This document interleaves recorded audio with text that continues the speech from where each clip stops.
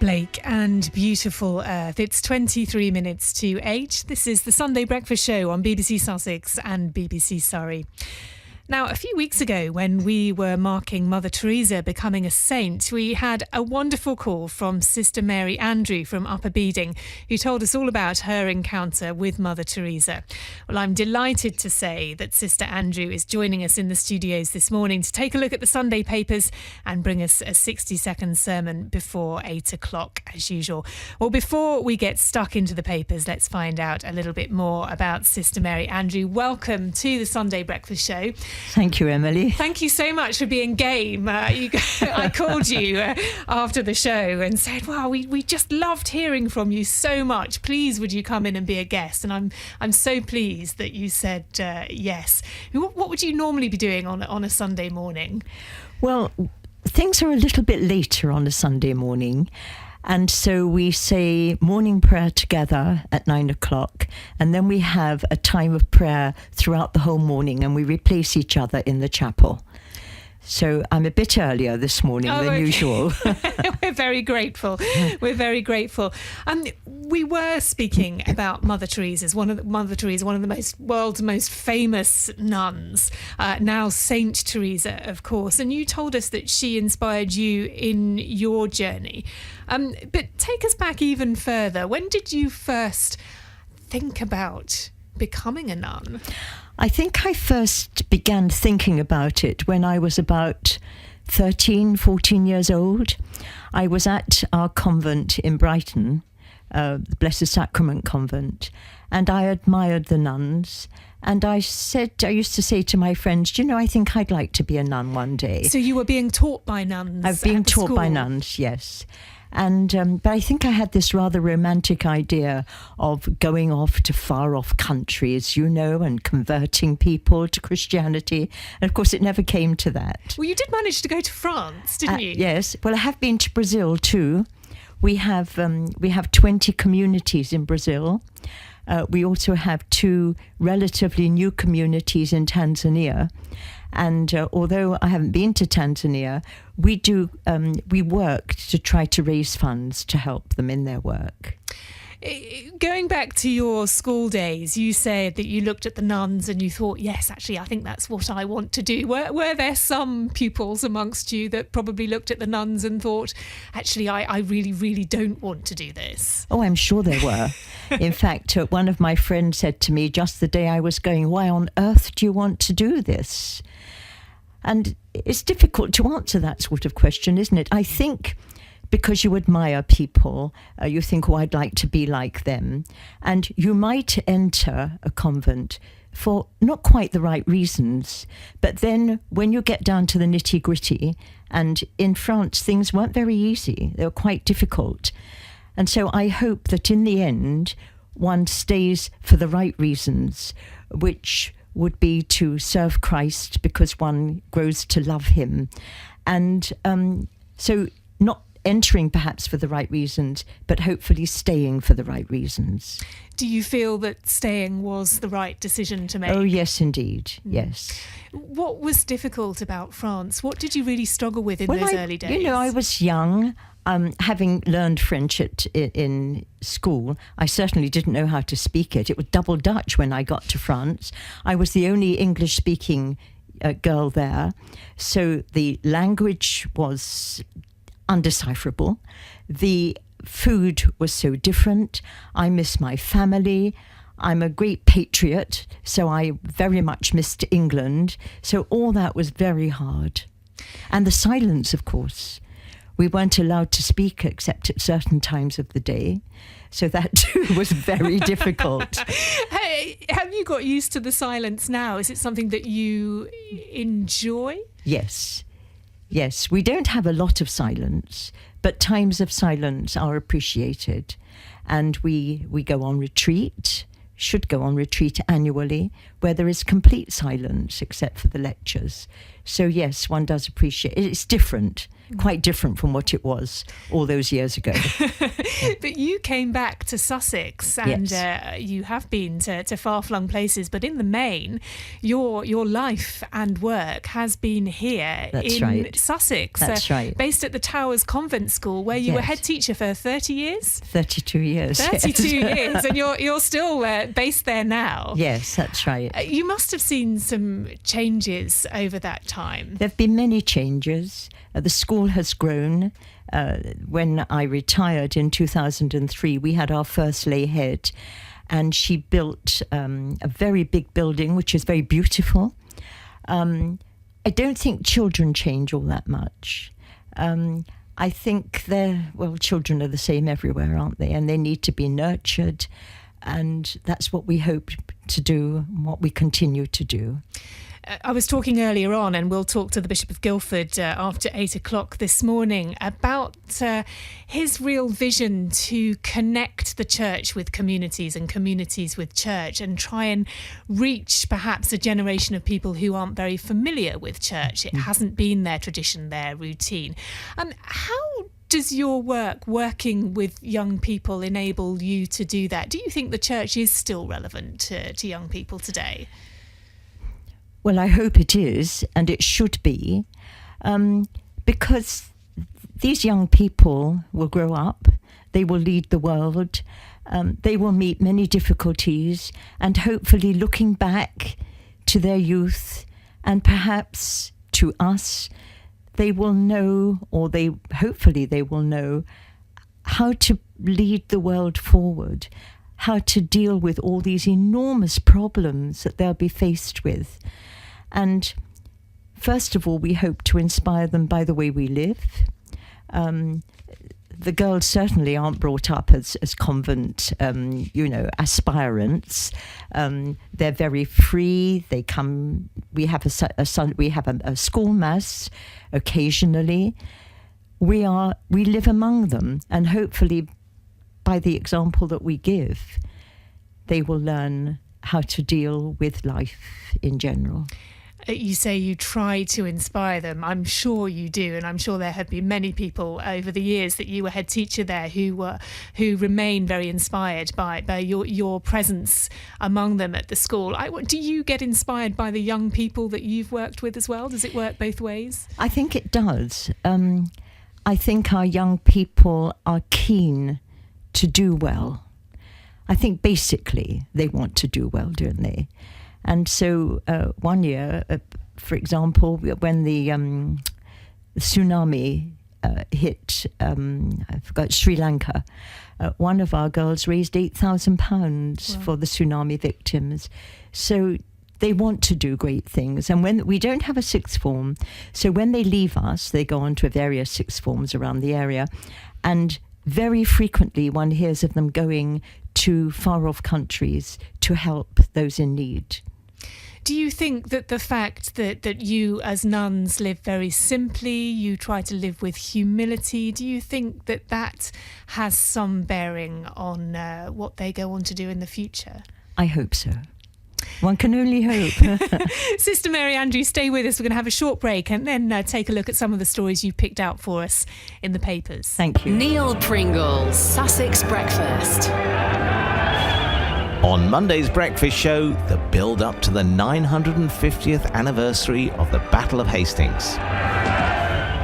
A group of intrepid reenactors are travelling from York down to battle, inspired by the trek King Harold made in 1066. Wake up to breakfast. It's going to take them 3 weeks. On Monday, it'll be day 2. We'll be inspecting them for blisters. On BBC Sussex. My guest in the studio this morning is Sister Mary Andrew from the Towers Convent School in Upper Beeding, and she's been taking a look at the papers. Wow, there's quite a lot going on this morning. The Labour Party conference is started, and you've picked a story in the Sunday Times to kick us off with. That's right, Emily. There's a headline saying that Sadiq Khan says that the Corbyn purge could kill Labour. What I'd like to pick up is that why are politicians tearing each other apart when what they should be doing is working for the good of the country. So it seems that people are now saying, since Corbyn has been voted back in as Labour, yes, now is the time to pull together. But would you have liked to have seen that a lot earlier? Well, I think it's all across the board. I've also picked up here what is said in the Mail, that Cameron's book has come out and that Theresa May didn't back him. The Times says it calls it a lily-livered sneer at May, whereas the Mail says how Theresa torpedoed Cameron. Again, they're tearing each other apart. They should work for the good of the country instead of pulling each other down all the time. Do you think that our country's top politicians might benefit from going on a retreat at a convent somewhere? I don't know. I don't think any of them would take up the offer, although I think Theresa May might, because she's a very prayerful woman. And when the country was in absolute turmoil after Brexit, I heaved a sigh of relief when I heard that Theresa May was going to take the reins, because she really didn't want Brexit, but then she was willing to try to make it work. So I think we're in quite a certain pair of hands there. But in general, because I don't really want to take sides in politics, I do think they should put aside their differences and work together.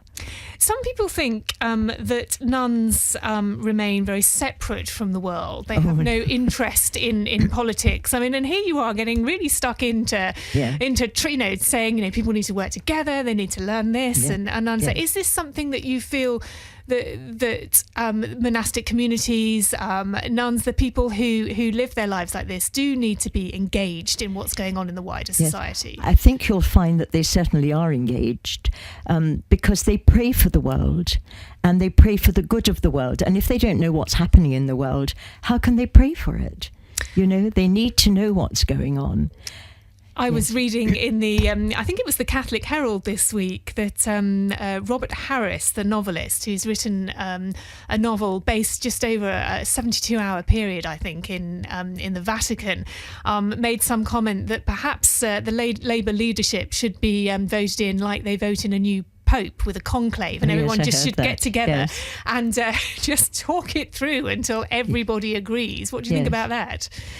I don't know whether a conclave would help. They sometimes don't always see eye to eye, but we're very, very blessed, I think, with our Pope Francis. Very blessed. You were talking about praying for the world and having to be in touch to know how to pray and what to pray for. One of the other stories that you've picked out is in the Sunday Telegraph, millions stranded without water in the second city in Syria, Aleppo. Yeah. I think it's absolutely heartbreaking what is happening in Syria and what is particularly happening in Aleppo. More and more, as I get older, I think I fail to see how war can solve any problems. It's heartbreaking. I also picked out the little bit about the jungle in Calais, and how it's going to be shut down in weeks. I heard the other day how that there was a talk about the unaccompanied children in Calais, and one little boy of 11, I think, was walking around holding the hand of a 6-year-old that he was responsible for. I mean, what is going to happen to these children? The world really must wake up. Our politicians really must do something drastic to solve the problem. How do you pray about a situation like that? Well, we just pray. We pray to God to help the people in Aleppo, to help to bring peace to the world. We just keep battering on about peace. Please, please bring peace to our world. Are you hopeful that those prayers are making a difference somewhere? Well, there was a ceasefire which was destroyed within a very short time. So it's difficult, I think, to have hope, but we can't give up. We've got to keep going. We've got to keep praying. Sister Mary Andrew, thank you so much for joining us this morning. Stay with us. You're going to bring us our 60-second sermon, our thought for the day, in just a few moments.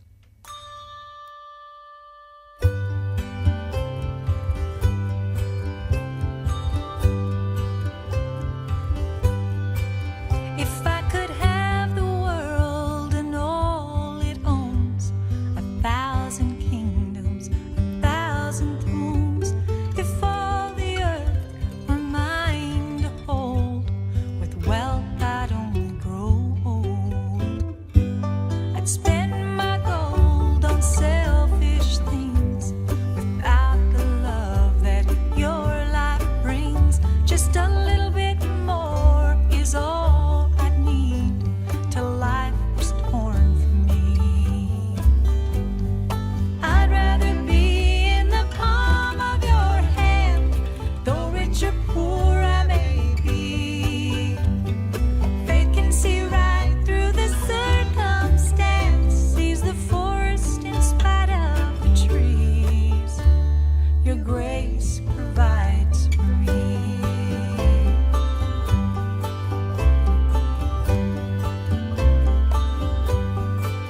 If I should walk the streets, no place to sleep, no faith in promises you keep, I'd have no way to buy my bread with a bottle for my bed. But if I trust the one who died for me, who shed his blood to set me free, if I live my life to trust in you, your grace will see me through. I'd rather be in the palm of your hand, though rich or poor I may be. Faith can see right through the circumstance, sees the forest in spite of the trees. Your grace provides for me. Yeah, your grace provides for me.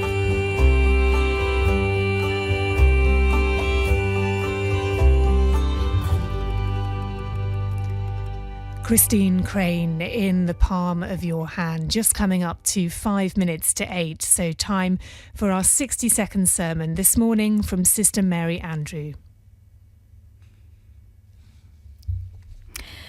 The great French poet Charles Péguy told us God has a dream for each one of us. What dreams our Paralympians achieved just a short while ago? Running and cycling with no legs, swimming with partial limbs, playing table tennis with no hands. They gave their all. Superheroes. Perhaps we felt, I could never achieve such things. Neither could we gather lepers from the gutters like Mother Teresa and pick maggots from their wounds, nor minister to plague victims as did our founder, Blessed Peter Vien, in 18th century France. But I attended a funeral recently, that of a cherished Brighton teacher known as Met, Lawrence Metcalfe. He died at the age of 92. Grown men were weeping at his passing. He taught thousands of the youth of Brighton history, boxing, sailing, self-discipline, drove them to their limits, achieving Davy Awards. One man wrote, "He gave me life." He gave. We all of us are called to give, to make a difference. True, all of us are damaged goods, all weak and sinful, but each in our own way, uniquely and dearly loved by God, who will go to any lengths to reach us. In today's gospel, Jesus tells us the parable of the rich man and Lazarus, the leper who begged at his gate. The rich man gave him nothing, not even his existence. He ignored him. Let us try this week to go some way to achieving God's dream for us and give a little of ourselves to those who need us. Sister Mary Andrew with our 60-second sermon for this morning. Thank you. And Sister Andrew, you're part of the Blessed Sacrament Sisters in Upper Beeding at the Towers Convent, and people can join you for Saturday Mass. Oh yes, Saturday evening Mass, every Saturday at 5:30. We're part of Shoreham Parish. Thank you, Sister Andrew, for joining us this morning. Thank you so much, Emily.